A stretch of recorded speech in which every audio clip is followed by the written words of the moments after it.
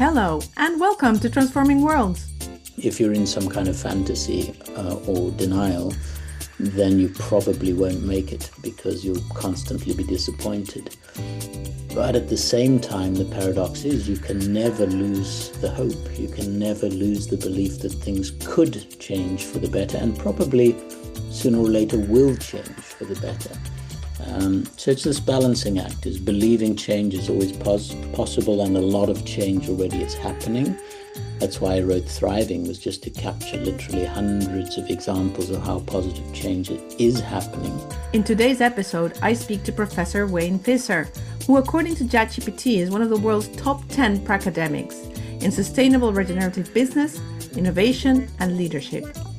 Someone with a practical approach to academia.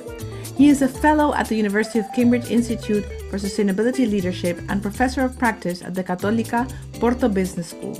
Previously, Wayne served as Director of Sustainability Services at KPMG. He has authored over 40 books, including pioneering works on corporate social responsibility and sustainable business. His latest book, Thriving, is an international bestseller. Wayne has traveled and worked in over 80 countries. Join us in an episode that is filled with positivity and hope, where we talk about sustainability, regeneration, what transformation means in a world that really has some very urgent challenges that we need to face up to, and how to do that. And if you stay until the end of the episode, you will hear Wayne read one of his wonderful poems about how we can be the ones that change the world for the better. Tune in. Welcome, Wayne, to Transforming Worlds. How are you today? All good. Thank you for having me. Oh, I'm excited for this conversation. You're the first pracademic I'm going to be speaking to.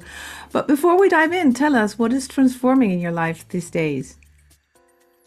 Well, I think everything is transforming. I mean, around me, certainly, the world is transforming very fast. But even in terms of work, I think I'm in constant transformation, looking at how I can best make an impact and how I can bridge that gap and those two worlds between business and education especially. So yeah, everything's changing. Yes, and it's fascinating as well. So why do you call yourself a pracademic? Well, of course, it's derived from the notion of being a practical academic. And because I started out my career working in consulting, first with Capgemini and then with KPMG, and always working with business, when I got into academia after doing my master's and PhD, it was clear to me that I wasn't cut out to be a traditional academic, and to focus only on publication in obscure journals and so on. I always wanted to keep that connection with practice. And that is a tricky balance because, the academic world rewards on the basis of research published in what they call A-star journals. And likewise, practice or consulting is often wants you to be completely embedded in that world. So it's been a tricky bridge to build, but it's the way that I like it. I think hopefully it allows one to bring the best of both worlds. Well, the way I've come to know you is you're certainly a bridge builder. And I know we're going to learn so much on this episode. So you talk about things that seem to be like at a tension, at least. Maybe they're not opposites, but they're at a tension with each other. Things like innovation on the one hand, and if we look at the business world, there's a particular way of looking at innovation, and then sustainability and regeneration on the other hand. And we need both to thrive. But how do you reconcile them? Yeah, there's no shortage of tensions, that's for sure. And on that one, we do need innovation because the problems that we face, the challenges, the systemic breakdowns that we see are bigger and more urgent than ever. I've been in this sustainability game for over 30 years now, and so I've seen the change. And we have this paradox where we're doing more than ever before, Mm. and many of the problems are getting worse. And so something isn't quite working. And and part of the solution certainly is that we have to bring innovation because we need creative solutions to these problems. We need solutions that can scale. And so, absolutely, that needs to be at the heart of the agenda. But one has to always ask innovation for what and for who. It can't just be innovation to grow our business or our markets without thinking of, who the beneficiaries are Yeah. and which problems we're solving. And it's a little bit, I'm sure we might get into this, it's a little bit like AI right now. Mm. It's burst onto the world and it's seemingly the solution for everything, but we need to think rather carefully about which problems it's solving and helping with and which problems it's actually making worse. So yeah, that's a good example of building that bridge. It's similar with many other things, the economic growth argument. Many in sustainability will start from a position of saying no growth or degrowth. And I think that ignores the complexity of of the world and of what needs to happen. We certainly are in a transition, and so some things need to grow a lot. We want the clean tech solutions to grow, electric vehicles, renewables. At the same time, we want the problems to shrink. Mm. And so, oil and gas needs to radically degrow. And so, yeah, one is always encountering dilemmas in this field, and that's part of what makes it interesting, but also difficult. Yeah, it's quite interesting that you've just said, okay, so you've been researching and working in this area of sustainability for 30 years now. And looking back, it seems like at the moment things felt really pressing, and now you look at them from a distance, and some things have probably kind of evaporated, and other things have become much more pressing.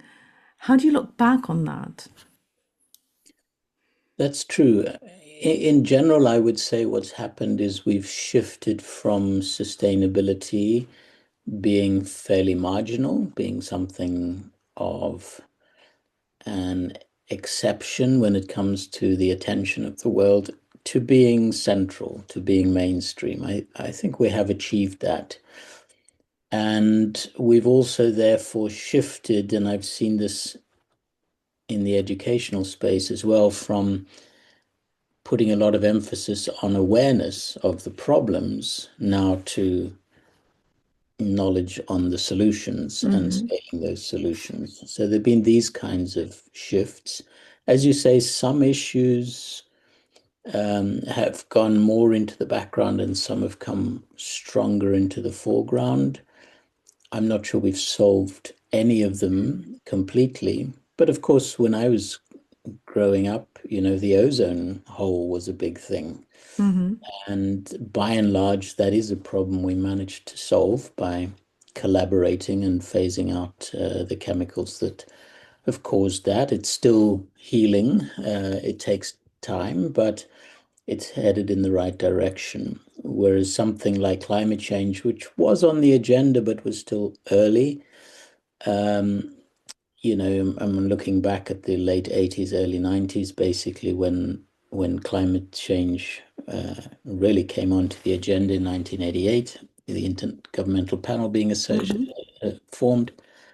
And in fact, sustainable development only coined in 1987 by the UN. So really, when it was all kicking off, it was already on the agenda, but nothing like it's become now, which is almost the dominating agenda. Yeah.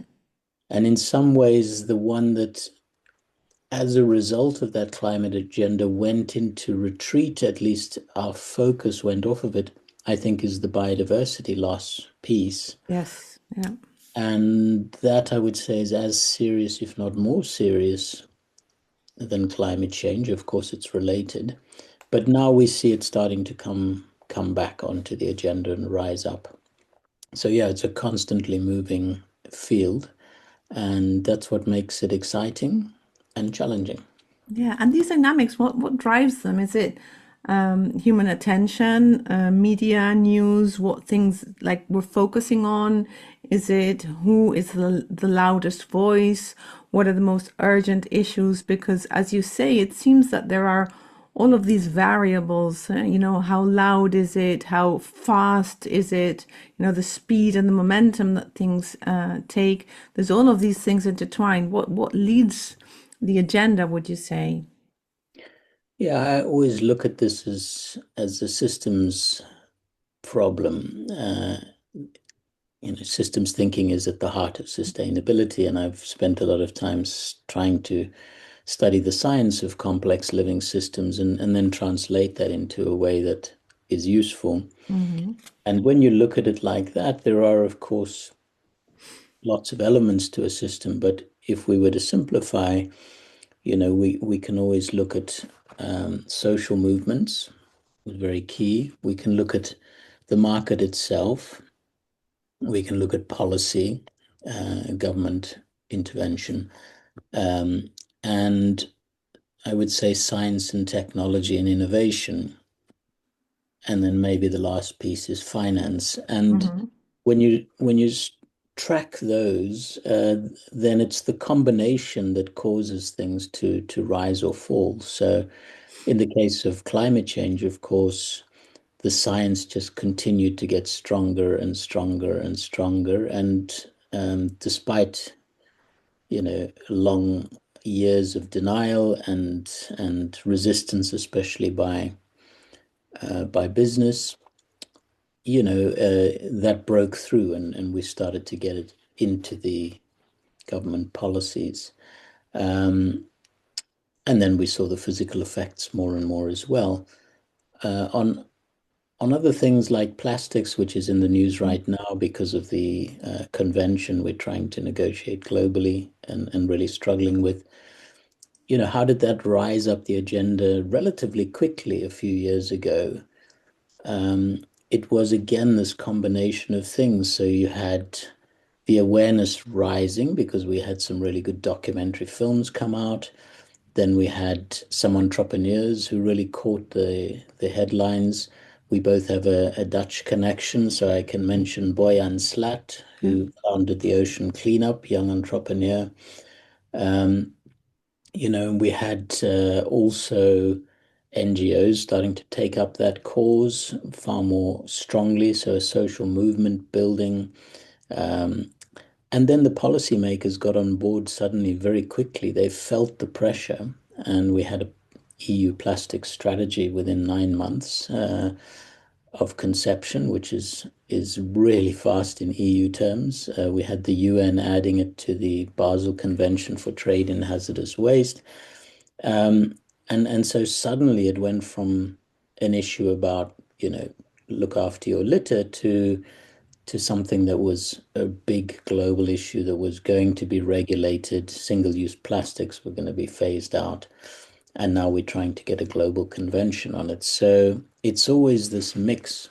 And then we have to look at the backlash, which is always the vested interests.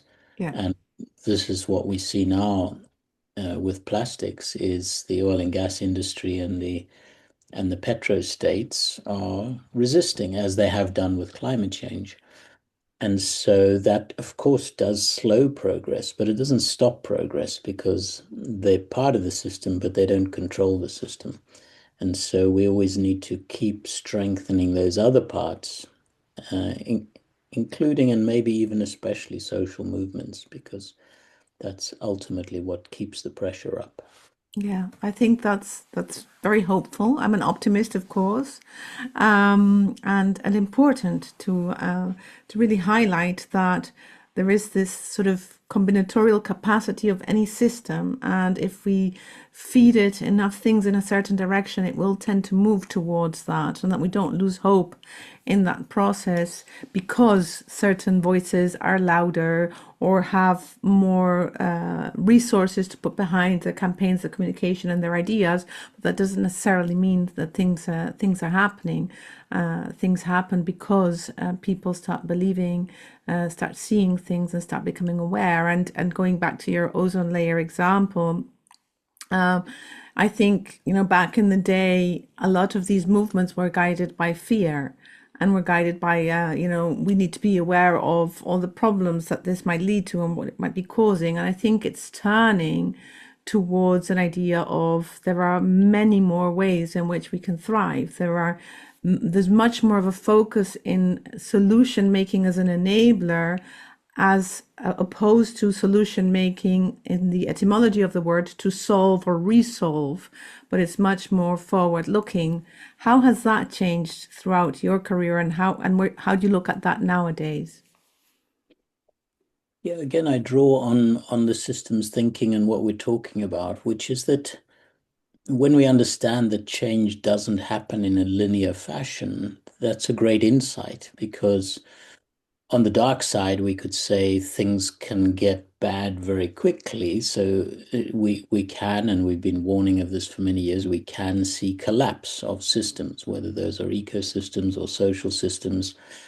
I mean, look at what happens when we have war. I mean, that's when economic and social systems, as well as environmental conditions, completely collapse.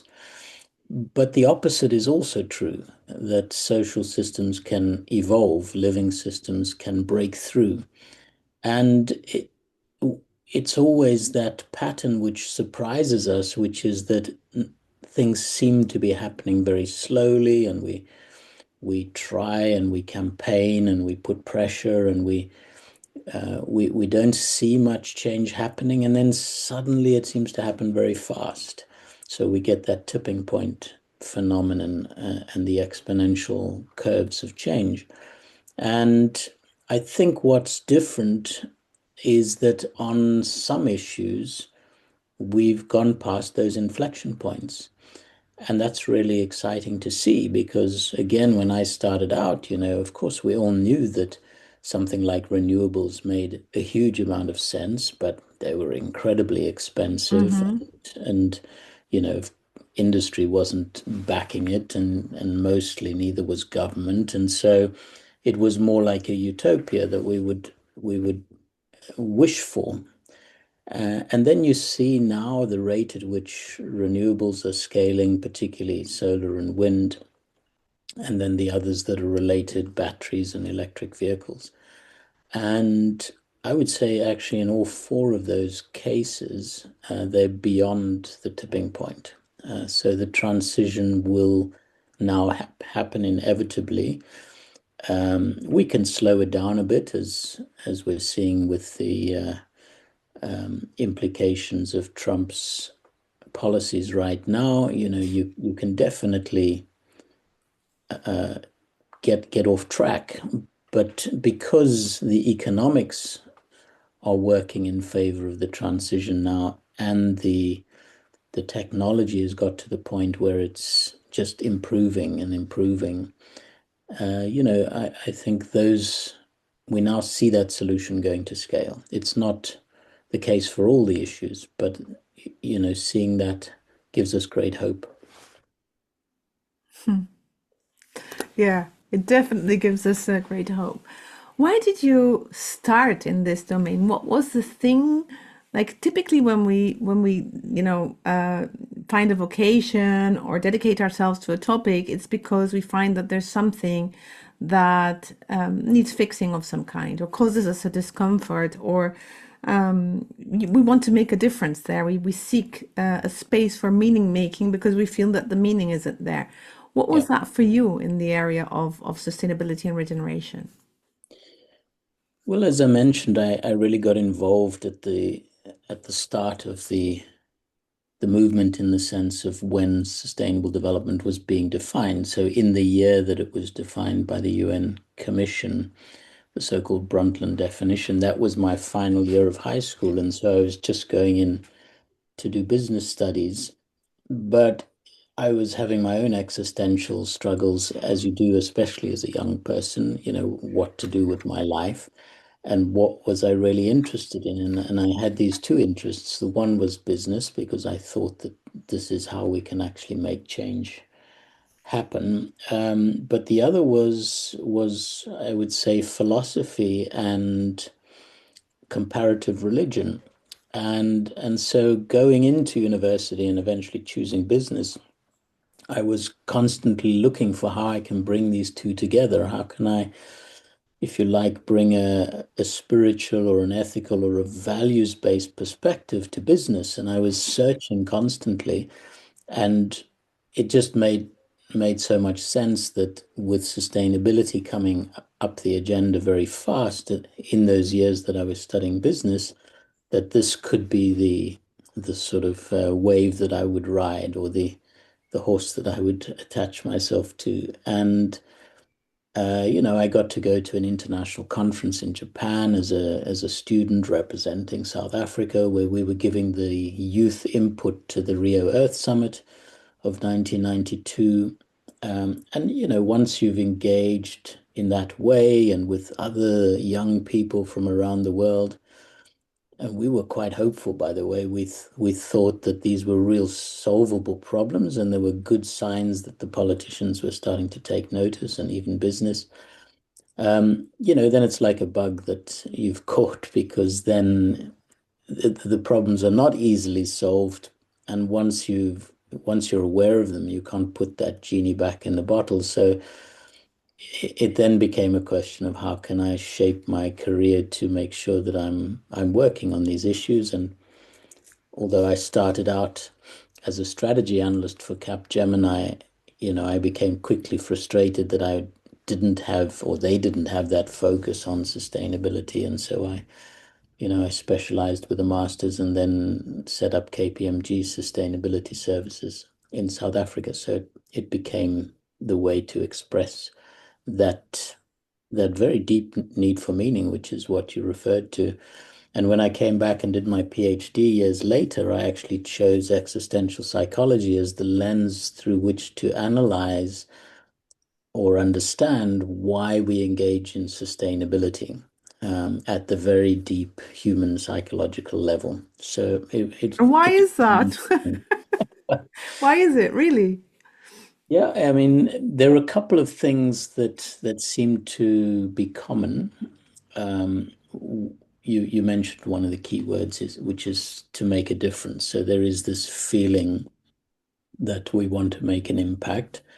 And along with that is often a common sense of being values led. And for some people that's linked to faith, but for others it's purely humanistic values. Hmm. And these are the two common drivers. What was interesting was finding out that we're not all the same. So not everybody working as a change agent in sustainability was really motivated by the same things. And I ended up with a typology for different types of what I ended up calling purpose-inspired leaders. So you have the expert type, who's very much driven by the details and the knowledge, and wanting to really design things that are pure and very task and project driven. You get the facilitators, who are all about the people and the team, and working in that sort of personal space of collaboration. The catalysts are trying to change organizations, and so they're far more about politics with a small p, meaning that they're always needing to influence others who are not necessarily on board yet. And then you get the activists, who are far more grassroots and are just trying to rock the boat and ask difficult questions and get people to move faster. And so knowing that we're not all the same is an important insight, because we probably need all four of these types to make change successful. That's fabulous and very, very true. On this podcast, we like the definition of design that was coined by Herbert Simon. He was the former dean of the Carnegie Mellon School of Design in the US. He also was one of the people who started with the idea of artificial intelligence, because what he saw is that we live in a world of constructs, in a world of culture, and we call that intelligence, but it's all made up. You can't sort of tangibly hold that in your hands. But about design, what he said is that to design is to transform existing conditions into preferred ones. And it seems to me that that's what you've been doing, writing more than 40 books, all of your life, looking for perhaps from an existential point of view, but looking for the way through.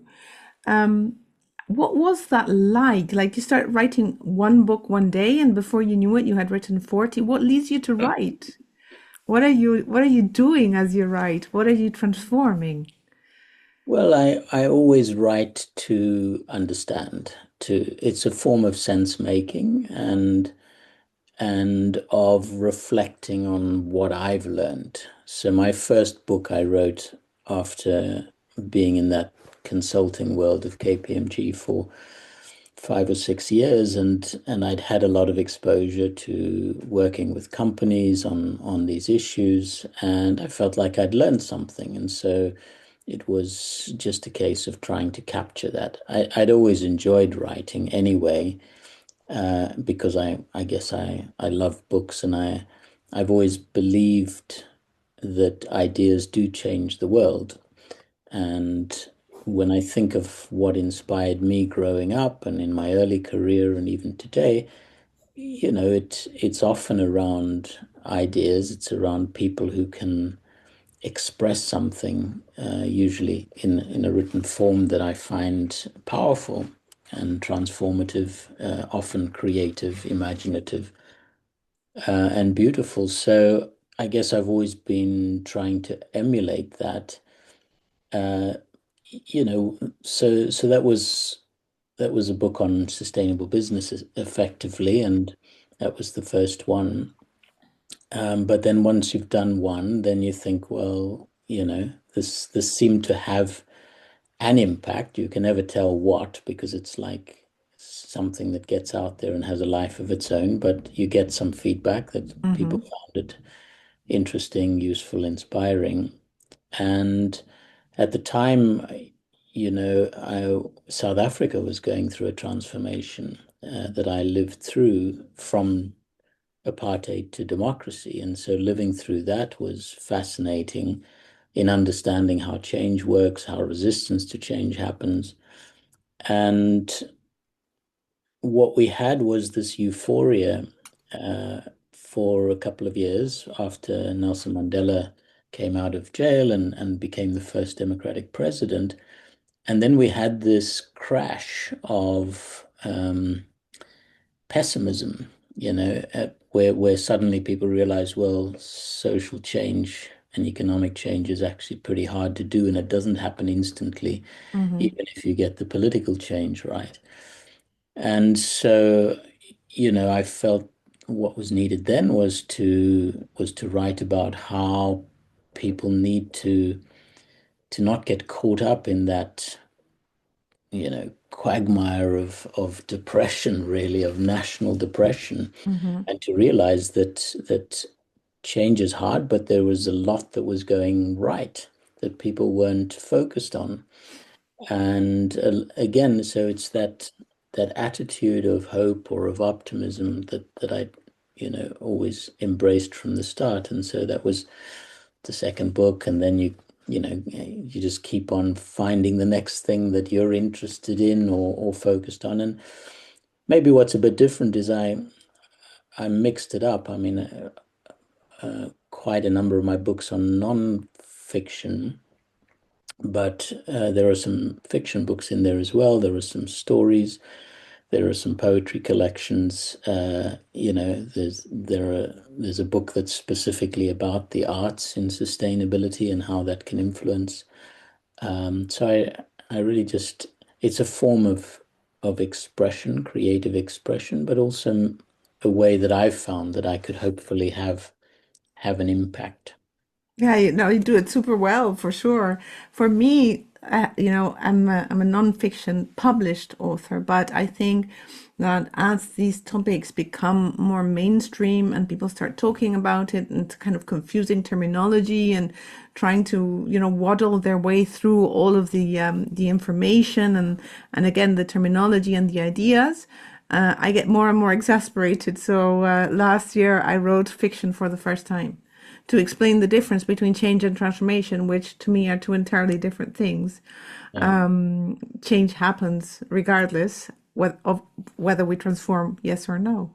And so for transformation, we need all of that, the creative expression, the ability to reflect, taking the time to really seek to understand and explain what is happening. And it's not just the fact that we've gone through change that allows us to emerge transformed. Yeah. How did your audience change throughout, or how did your audience receive your different works and forms of expressing these concepts? Yeah, that's a hard one to answer. I mean, definitely I find that I appeal to different people in different walks of life, in different professions. And that's certainly one of the rewards, maybe, of not only writing one genre and on one topic. So I like to think that I keep evolving with the subjects, but also just expressing what it's like to be a human trying to make your way in the world and maybe even trying to change the world. So um, for the most part, I mean, there are certainly people that have almost been with me on my journey, and they've been people working in sustainability as professionals or aspiring professionals in the space, and who seem to have found that this is helpful. Strangely, as an author, you don't get as much feedback as you might think. I mean, you do write into a void, and then you hope that it makes an impact. I get more feedback because I give a lot of talks around the world and also teach on various courses and so on. And then the feedback trickles through. But occasionally, you find that you've made the mark maybe where you most want to. So there's a story of somebody who was a marketing professional, and well, years later, I invited them to speak on a course, and I didn't know that they even knew me, but I invited them because they're now sort of head of sustainability supply chains for a global company. And so I invited him to speak on one of my courses. And he said to me, by the way, I used to be a marketing professional, and then I read your book, The Age of Responsibility, that one, and it completely changed my career choice. And look where I am today. And so then you think, well, through other people, you do make an impact. Sometimes it just lands, the message just lands. And then on the other hand, I get often schools performing my poetry, for example, either in, you know, literally in classes, in English classes or something like that in Africa, some school in Africa, or most recently an American school that entered a Finnish a choir Eisteddfod that had changed the world, the poem, and integrated this into their choir Mhm. performance. I mean, that kind of thing is wonderful, but it just makes the point that I'm not sure who my audience is, but somewhere it lands, and if it helps and somebody else in their journey, then that's wonderful. And based on where you are now, having lived through all of this, having written all of these books, and now you're meeting through me a new audience in this podcast, perhaps. Some of you may know your work, probably many know your work in one way or other. What do you wish that people understood today based on what you've learned? For me, I think it's always about understanding change and our role in change. And so at the heart of it, I end up writing quite a lot about hope because we are in a world where it's very easy to lose hope. Because if you read the headlines or you doom scroll on your device through the social media, I mean, there's not great news out there.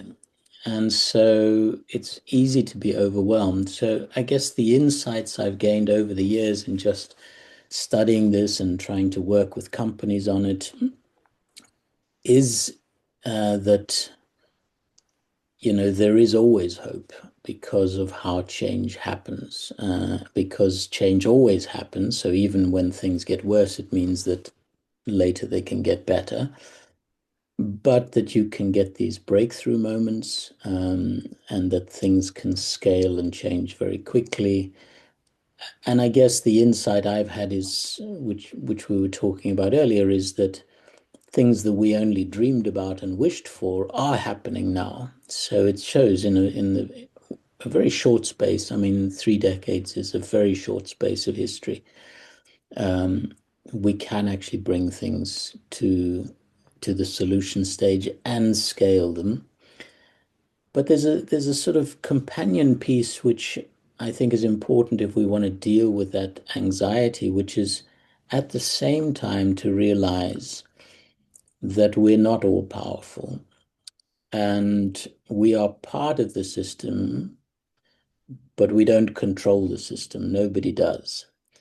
We can influence, we can nudge, and therefore be part of the change of that system. But what we shouldn't be doing is taking on the burden of everything that's wrong with that system. And that's hard to do because of what we see going on in the world. But we take responsibility to the effect that we should all be trying to do something in our sphere of influence as much as we can, and none of us are perfect. But we should really avoid, taking responsibility or accountability for every failure that we see out there and every lack of progress that we see. So it's this balancing act, is believing change is always possible, and a lot of change already is happening. That's why I wrote Thriving, was just to capture literally hundreds of examples of how positive change is happening.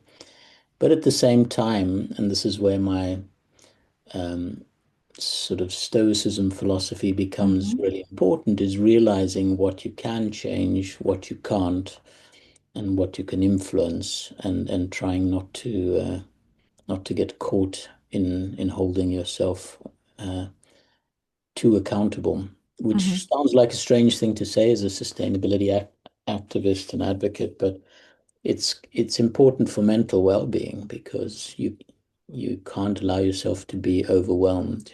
You're useless to everybody if you lose your health and your mental well-being and your energy. So we have to all find ways to also cope and keep going.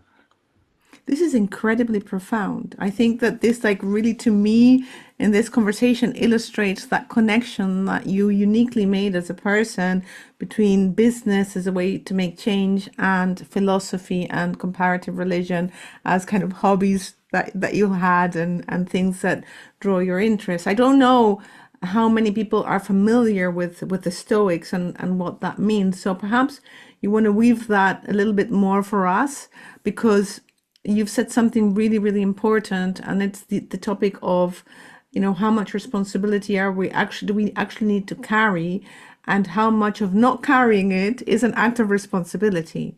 So perhaps kind of weave that a little bit more for us.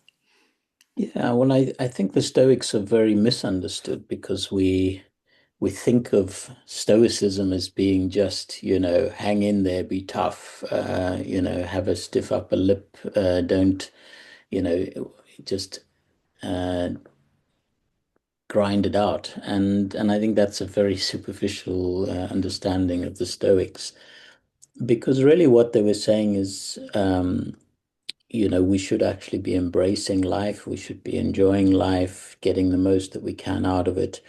But the key insight is simply to know and to accept what we can and cannot change, and basically not to worry about the things that you can't change. Now, that's really hard in this space, especially in sustainability. At one level, of course, we're always going to worry because it affects us, but not to take on that burden, because um, the best thing we can do is to focus on our sphere of influence, and in a way trust that because we're part of the system and others are also working on their bit of the system, and if we're aligned and we're moving together, then the system itself changes. That is enough. Um, and at the same time, it means that we're more realistic. Our expectations are more realistic, so we don't get disappointed or even devastated when things don't go our way or things don't change in the way that we wished they would. So Stoics also, I would say, one of the techniques they have is that they imagine the worst, or they even experience the worst. So, famous Stoics, for example, would go and, sleep, on the hard earth with a stone as a pillow, and with very little to eat, just to show themselves that they could still survive. So, one of the insights is that what we imagine, the fears we have are often worse than the lived experience, even if things get bad. So it's that imagination of how terrible we might feel if we go through certain bad things. Usually that is much worse than when you go through them and you just cope and you get through. Um, anyway, so it's And it's a that even on that stone pillow, we should never lose our ability to dream. So when we can connect the dream to our earthly capacities and kind of individual strength to bring those dreams forward, then we have to trust the process, and that every little thing we do will move us in the direction of those dreams. I mean, even if we're dreaming on that stone pillow. well, exactly, and one bit of research that I often quote, which is about how systems change, is this idea of murmuration or flocking of birds. And when they've applied that to humans, to social settings, what we find is that it only takes between 5 and 25% of a crowd moving in a coordinated direction, to shift the whole crowd. And so it isn't also this idea that we have to get the majority of people on our side. We actually just need to have a common purpose. We don't even need to be connected to everybody else working in the same direction. We just need to be moving together, and that can have, that impact on the whole system. And then there's the other element, which of course is the butterfly effect, which is that you never know what small action could end up rippling through the system, amplifying and completely tipping the system, completely transforming the system. So we often feel that we're too small to make a difference, but we are never acting on our own. We take the action we can, but that adds up to the actions of all of the others, and coordinates, amplifies, and has this completely unpredictable effect, which sometimes, your action could be the thing that really causes that whole system to change. I've written, by the way, I won't read it now, but just because we've been talking about it, just in the last week, somebody reached out with a message, and they were overwhelmed at the state of the world, and especially what's going on in the Middle East right now, and Ukraine, and just said, she's working in sustainability, also in a very challenging region of the world, and said, how do we keep going, which is what we've been talking about. So where's the resilience? And I found that hard to answer in a rational way. And so I wrote a poem instead, as I sometimes do. So people can always look that up. It's called Miracle of Life. But it's really about this sort of philosophy that we might have of dealing with hardship. I did later go back and try to also say, look, there are practical things. There are five sort of strategies in a way that of things we can do as well as this more creative response, and those were Hmm. around making sure you don't face the shadows alone. So that was about always having support. It was about sense making, make sure that you have a set of beliefs or a philosophy that will help you to understand your place in the world and the place of suffering in the world. There's a piece about serenity. Make sure you have a place and a way to stand back and to calm yourself down and to reach that moment of peace so that you actually have the energy to continue and you're not overwhelmed by anxiety. There's the solidarity step, which is, join with others, be part of that movement because that gives us moral support. And then self-care, you have to look after yourself because we're useless to everybody if we lose our own sort of ability to function. So yeah, it's a very live topic for a lot of people. Where did you learn all of this, Wayne? Life. I mean, I read a lot. I'm very interested in philosophy and of course I'm engaged in the topic and you can't be engaged with these big difficult issues without constantly wrestling with, what's my place in this? What's the role of suffering? Can I, is it is it even responsible to be hopeful or optimistic? These are just questions we wrestle with because we're seeing perhaps more clearly than others the facts, the science. I mean, that's what we confront ourselves with every day. We're Hmm. trying not to be in denial. But as I write about in fact, in Thriving, there is this Stockdale paradox. Admiral Stockdale was an American Navy officer who was in a prisoner of war camp, Vietnamese prisoner of war camp, and he was there for 7 years. And when they asked him afterwards how he survived, he said it's a paradox because you have to face the brutal reality. If you're in some kind of fantasy or denial, then you probably won't make it because you'll constantly be disappointed. But at the same time, the paradox is you can never lose the hope. You can never lose the belief that things could change for the better and probably sooner or later will change for the better. Um, so yeah, it's just integrating all of this into my thinking and my work. Yeah, very true. What you've said, this the role of hope is incredibly powerful.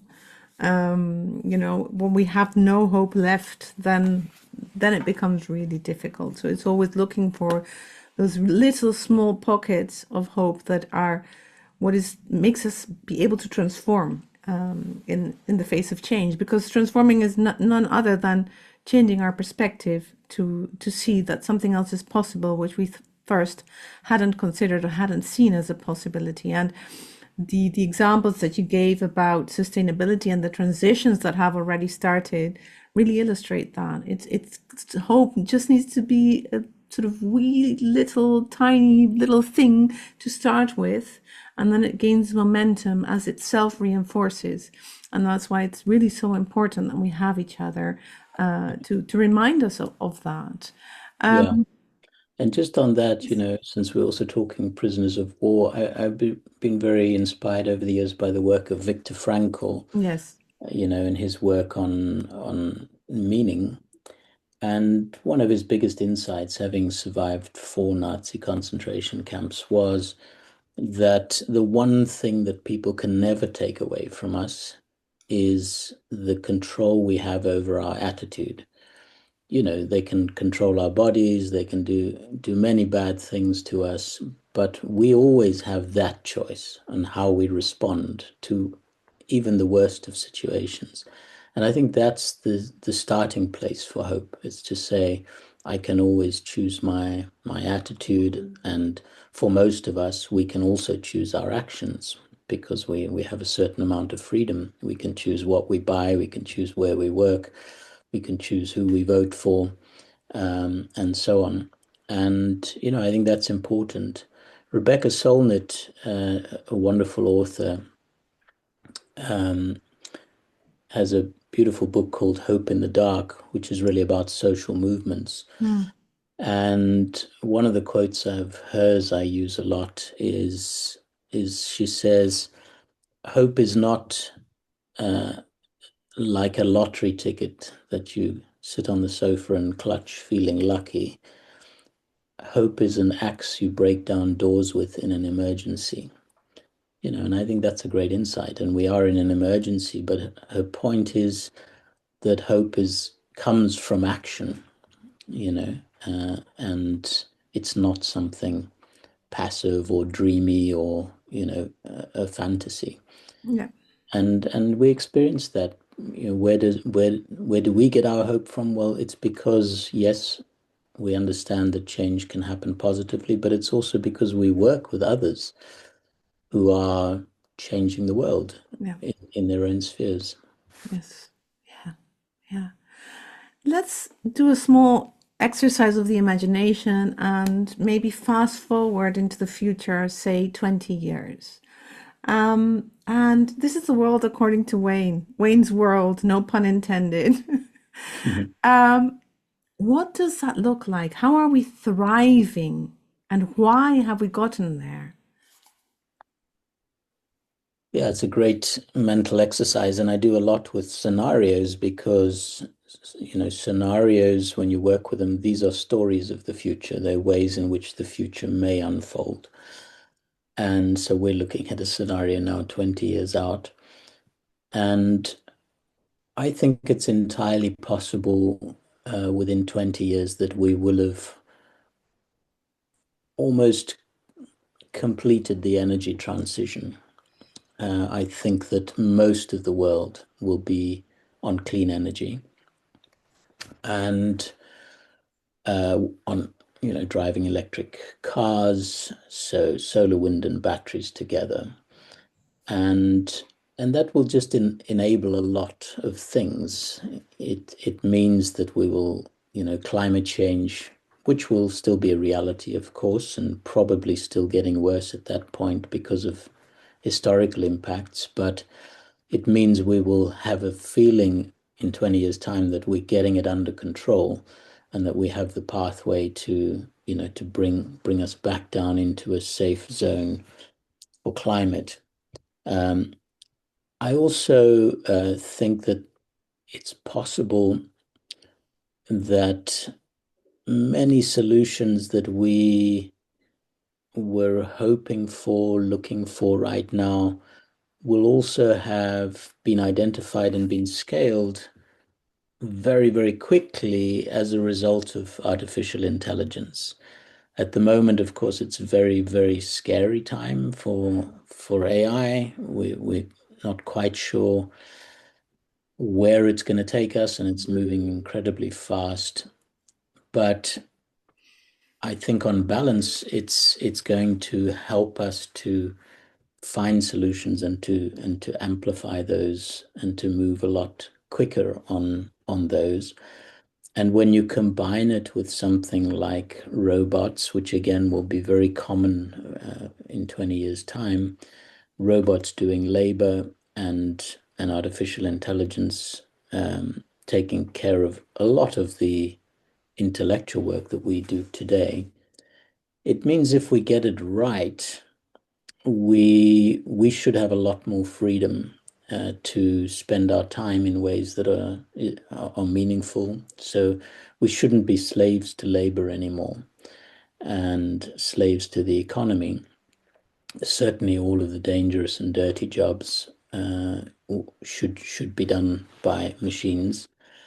And we I think will be in another transition, not an energy transition, but certainly a transition to a kind of cybernetic future where we're working with and maybe even integrating with technology in a way that is far advanced to now.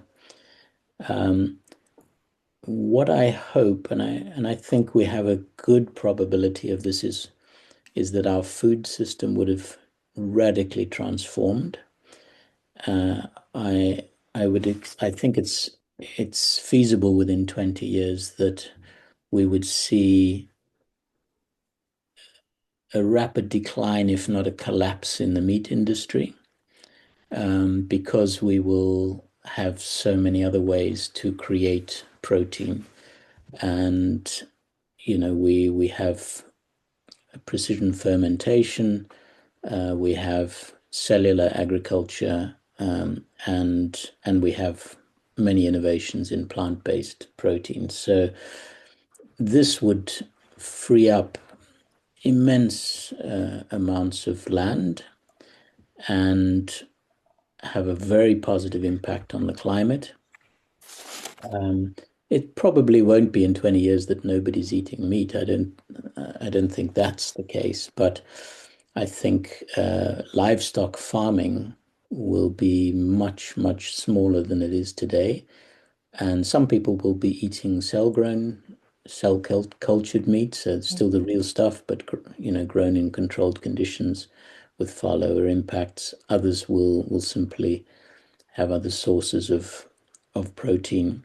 Um, and what that also does, and so this is a hope rather than a prediction, but it would allow the biodiversity to bounce back if we really give back at least some of that land and certainly protect more of the oceans as well. Don't overfish in the way that we're doing now. If we have those alternatives, it allows for the rewilding of the planet. And that's tremendously exciting if we start to see ecosystems come back, biodiversity come back. It means that we will then be living through a period of thriving, literally of regeneration. It's certainly not inevitable, but it would be very exciting if that's the case. And we have all the solutions and the sort of strategies, if you like, to be able to do that. Wow, what a future! I can't wait to get there. I mean, you had me at cybernetic future, and then that was only one layer of it because actually we're talking about rewilding is also cybernetic without getting into a very long discussion about that. But this is why people like Gregory Bateson got into cybernetics. It's Mm. because of this realization that everything is communicating with everything else at the same time, and the more diversity there is in the mix, the more of those murmurations of 25% that will bring us into this beautiful future that you've just Yeah. drawn in front of our eyes for us. So thank you for that. Super I, wonderful. I mean, it's an exercise in imagination, but if you want to simplify it, just ask yourself what would be possible in this world if energy and labor were effectively free and information was effectively free. Not even only information, but intelligence was free. I mean, this allows us to do incredible things. Yeah, super, super happy to hear you say this. And even if we, reach for the stars, and land somewhere in between, it's still moving in a certain direction and having that faith and that sort of, continued resilience and continued hope that we continue to move and transition towards it. So I'm going to give you some room in a minute to share anything else you want to share with us. But towards the end of the podcast, I always invite our podcast guests to think about a concept that I wrote about 13 years ago, which is the idea of a quest for questions. So when we enter the unknown, we can't bring answers because we don't have them, because it's unknown. And of course, you're a scientist and you thrive in asking questions. But what in this quest for the next question and the next question, what would be your next question?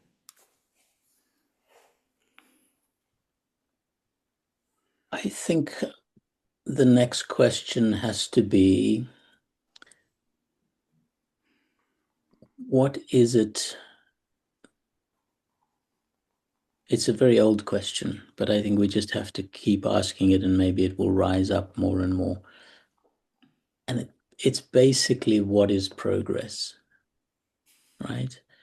Um, the measures of progress that we've been using for so many years are so perverse, so narrow and so distorted, and have been largely about financial and economic growth.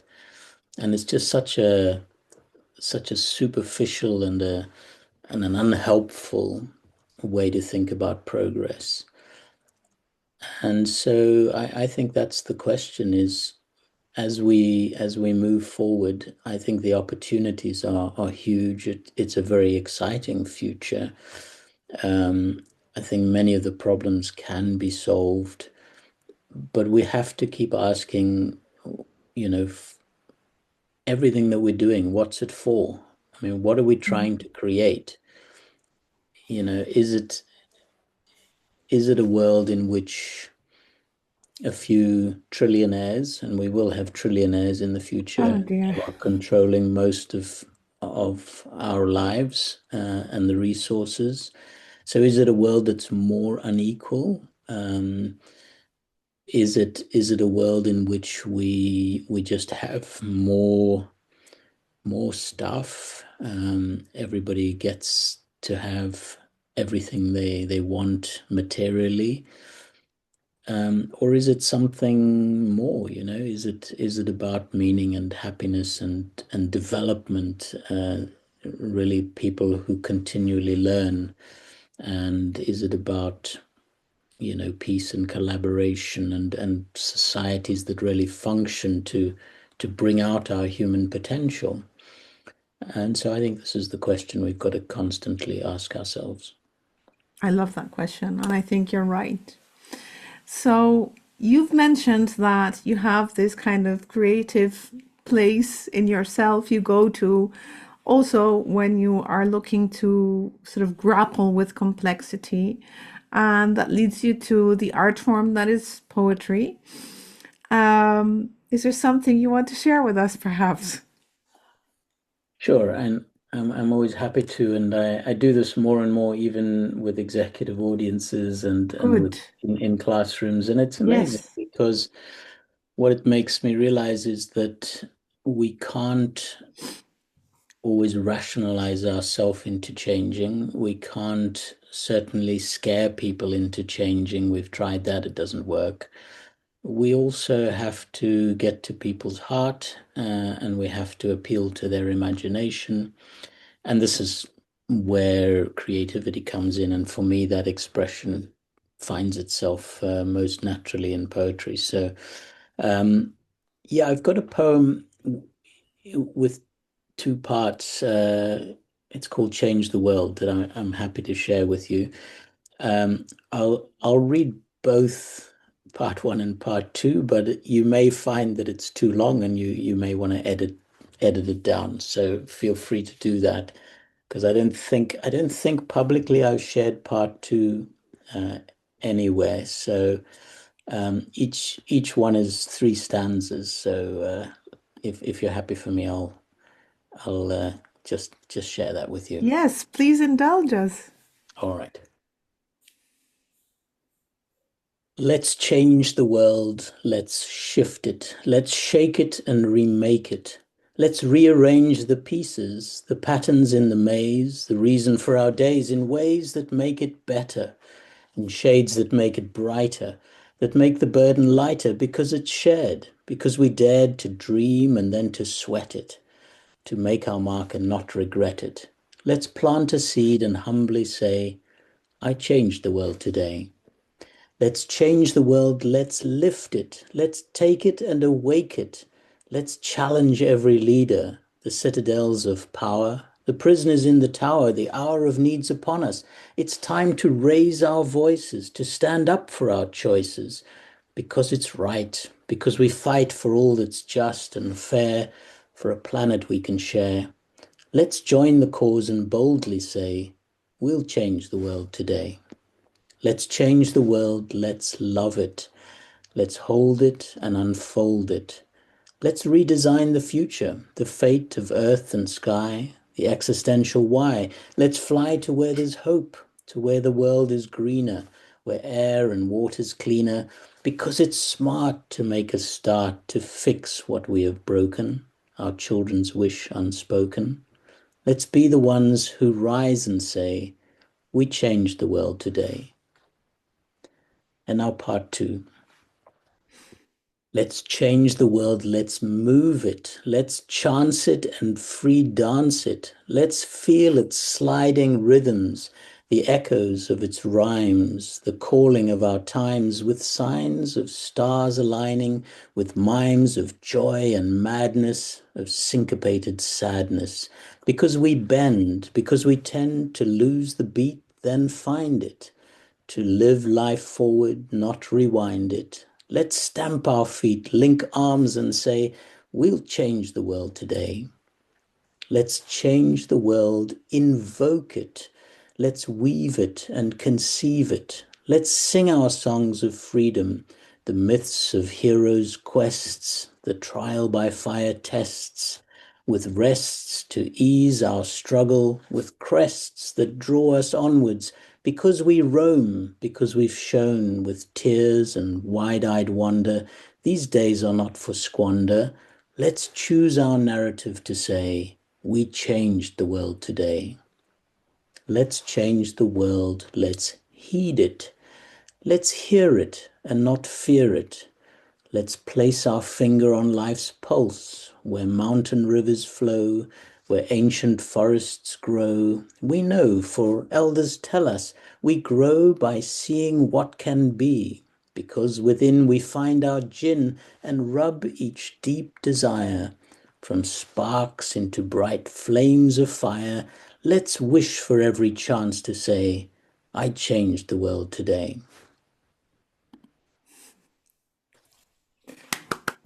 So beautiful, so inspiring.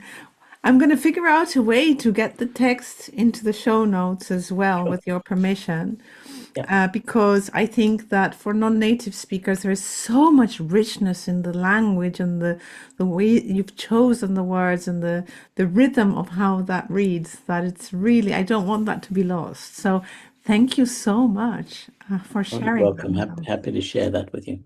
Yes, and I can see why people are taking this on two stages, in schools, and I'm glad you're taking it into corporate meeting rooms because it's very needed there, and that's perhaps one of the places where the disconnect is the biggest with the more intuitive, artful, different prosaic ways of sharing the story of what we need to aim for and connect with. So thank you. Very beautiful. Thank you, Wayne. Thank you. You're Tell us where welcome. people can find your work. So we'll add that to the show notes too. I mean, I'm very easy to find.